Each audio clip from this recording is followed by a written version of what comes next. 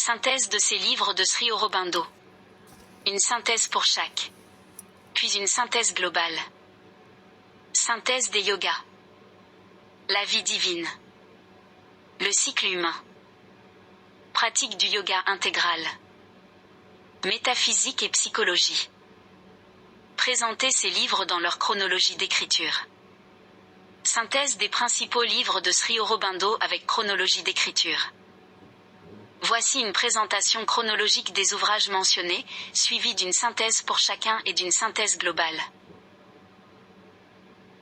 1. Le cycle humain, 1918. Cet ouvrage explore l'évolution des sociétés humaines à travers une analyse des dynamiques culturelles, politiques et spirituelles. Sri Aurobindo y décrit 4 étapes fondamentales du développement humain: la vie symbolique, la vie typique, la vie conventionnelle et la vie individuelle. Synthèse. Idée centrale, l'évolution des civilisations est guidée par une quête sous-jacente de perfection spirituelle. Message principal, les cycles historiques reflètent des tendances collectives qui oscillent entre des phases spirituelles et matérialistes, avec une aspiration constante vers une société plus intégralement harmonieuse. Perspective spirituelle, l'humanité est destinée à transcender ses limites actuelles pour manifester une conscience supérieure, tant sur le plan individuel que collectif. 2. Synthèse des yogas, publié en 1921, écrit dès 1914. Cet ouvrage propose une intégration des différentes formes traditionnelles de yoga: karma yoga, yoga de l'action, bhakti yoga, yoga de la dévotion, jnana yoga, yoga de la connaissance, dans un cadre unifié appelé le yoga intégral. Synthèse. Idée centrale, chaque yoga traditionnel développe une facette spécifique de l'être humain, mais une pratique intégrale est nécessaire pour une transformation totale de l'individu. Message principal, le yoga intégral vise une union avec le divin, non seulement dans le mental et l'âme, mais aussi dans la vie et le corps, pour transformer toute existence. Perspective pratique, le chemin spirituel doit inclure la vie quotidienne, où chaque acte devient un moyen de se rapprocher de la conscience divine. 3. La vie divine, publié en 1940, écrit entre 1914 et 1920. Ce livre monumental explore la possibilité d'une existence divine sur Terre. Sri Aurobindo développe sa vision d'un univers évolutif où l'esprit transcendant se manifeste progressivement dans la matière. Synthèse. Idée centrale, l'évolution n'est pas seulement biologique, mais également spirituelle. La matière est destinée à accueillir la conscience supramentale, une conscience divine transcendant l'esprit humain. Message principal, la vie divine est une vie où l'individu transcende les dualités, spirituelles ou matérielles, individuelles ou collectif, pour vivre en harmonie avec une vérité supérieure. Perspective philosophique, ce processus est long et exige une transformation intégrale de la nature humaine. 4. Métaphysique et psychologie, écrit principalement dans les années 1920. Ce recueil rassemble des essais où Sri Aurobindo examine la nature de la réalité, de la conscience et de l'expérience humaine.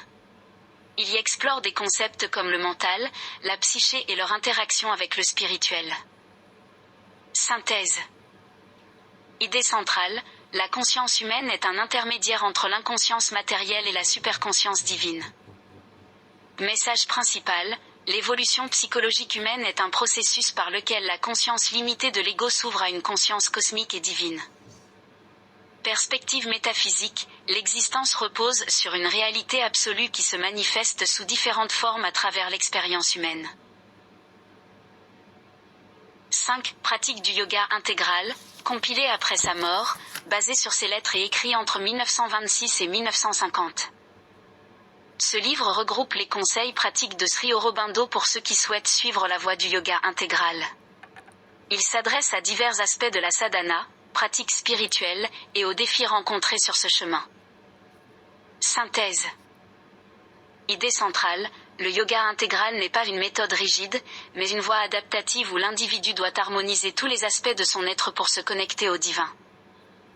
Message principal, le progrès spirituel passe par une purification progressive du mental, de l'émotion et du corps, ainsi que par une ouverture à la lumière supramentale.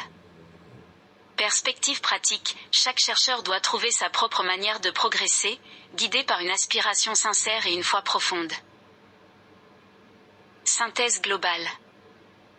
L'ensemble des œuvres de Sri Aurobindo offre une vision unifiée de l'existence humaine, ancrée dans une philosophie de l'évolution spirituelle. Chaque livre apporte une pierre à cet édifice.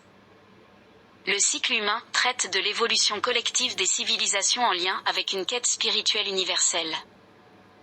Synthèse des yogas montre comment intégrer les diverses approches spirituelles pour une transformation personnelle complète. La vie divine place cette transformation dans le cadre plus large d'une évolution cosmique, où la matière elle-même devient divine. Métaphysique et psychologie approfondit les mécanismes de cette évolution en analysant la nature de la conscience et de la réalité. Pratique du yoga intégral donne des outils concrets pour réaliser ces idéaux dans la vie quotidienne. Conclusion globale. La pensée de Sri Aurobindo est une tentative magistrale d'unir science, philosophie, psychologie et spiritualité dans une vision cohérente de l'univers. Il nous invite à considérer la créativité humaine, la transformation personnelle et l'évolution collective comme des étapes d'un processus cosmique visant à manifester une conscience divine sur Terre. Dissertation avec problématique créative. La quête de l'absolu dans la pensée de Sri Aurobindo, une évolution spirituelle universelle est-elle possible? Introduction. La pensée de Sri Aurobindo représente une tentative ambitieuse de réconcilier la spiritualité avec l'évolution cosmique, en plaçant la transformation intérieure de l'être humain au cœur d'un processus universel.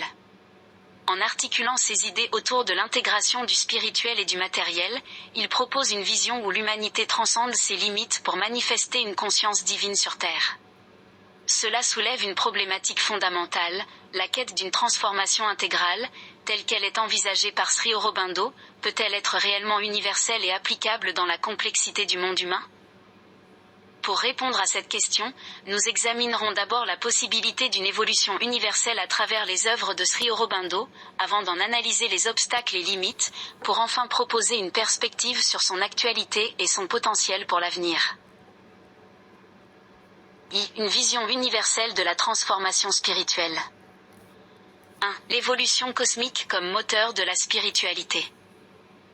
Dans la vie divine, Sri Aurobindo décrit l'évolution comme un processus qui dépasse la simple biologie pour inclure une montée progressive de la conscience.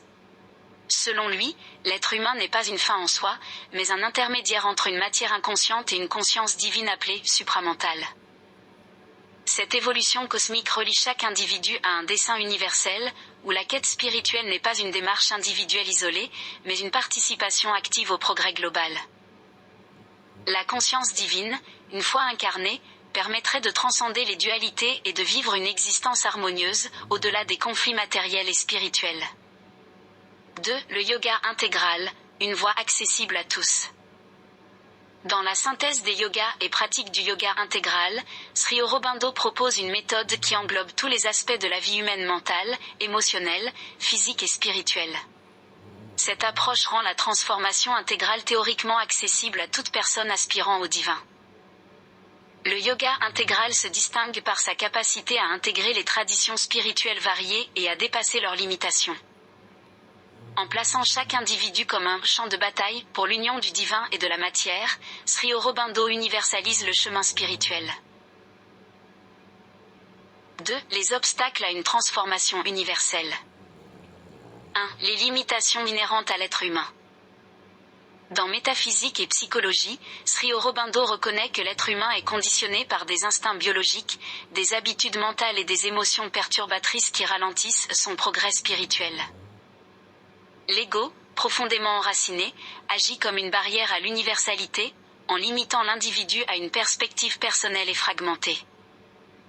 La conscience collective, marquée par des cycles historiques de matérialisme et de spiritualité, explorés dans le cycle humain, reflète également une inertie difficile à surmonter. 2. Les défis sociaux et culturels. Sri Aurobindo souligne que l'évolution spirituelle de l'humanité dépend aussi des structures sociales et culturelles, souvent ancrées dans des divisions et des conflits.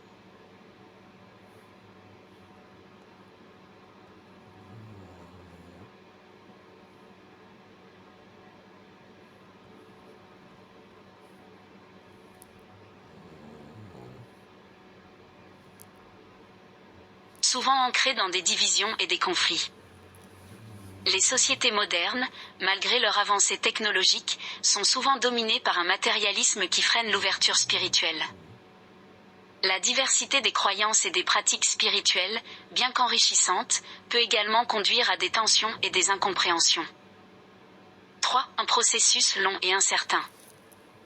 Sri Aurobindo lui-même reconnaît que l'évolution vers la conscience supramentale est un processus lent, nécessitant une persévérance qui peut décourager la majorité. L'idée d'une transformation intégrale peut sembler utopique face aux défis immédiats de l'humanité, tels que les crises climatiques, économiques et politiques. 3. Vers une actualisation de la vision de Sri Aurobindo. 1. Une inspiration pour le monde contemporain. Malgré ces obstacles, la pensée de Sri Aurobindo offre une vision d'espoir et de transformation, particulièrement pertinente face aux défis globaux. Les idées d'intégration et de dépassement des dualités trouvent un écho dans les approches modernes holistiques, qu'elles soient écologiques, psychologiques ou spirituelles. L'universalité de sa méthode, qui relie science, spiritualité et psychologie, peut inspirer des démarches collectives et individuelles pour un monde plus harmonieux. 2. La créativité humaine comme levier d'évolution. La créativité, entendue comme la capacité à transcender les limites et à imaginer de nouvelles réalités, est centrale dans la pensée de Sri Aurobindo. En mobilisant la créativité humaine pour résoudre les problèmes contemporains, l'humanité pourrait accélérer son évolution vers une conscience supérieure. Cette créativité, soutenue par des pratiques spirituelles comme le yoga intégral, permettrait de transformer les contraintes en opportunités, rendant l'évolution spirituelle plus tangible. 3. Une vision ouverte, pas dogmatique. Sri Aurobindo n'a jamais imposé sa vision comme une vérité absolue, mais comme une possibilité à explorer. Cela laisse place à des interprétations adaptées au contexte culturel et individuel.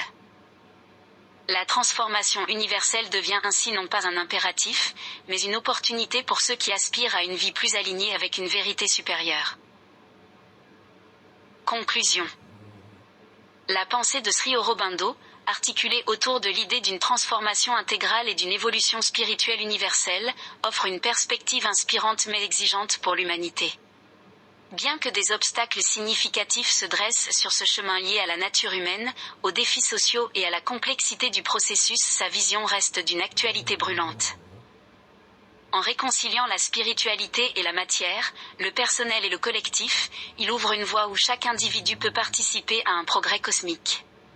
La question n'est pas tant de savoir si cette transformation est possible pour tous, mais si elle peut être amorcée par chacun, ici et maintenant, dans un acte de créativité universelle. Ainsi, la quête de l'absolu devient un chemin où la destination est moins importante que le voyage lui-même.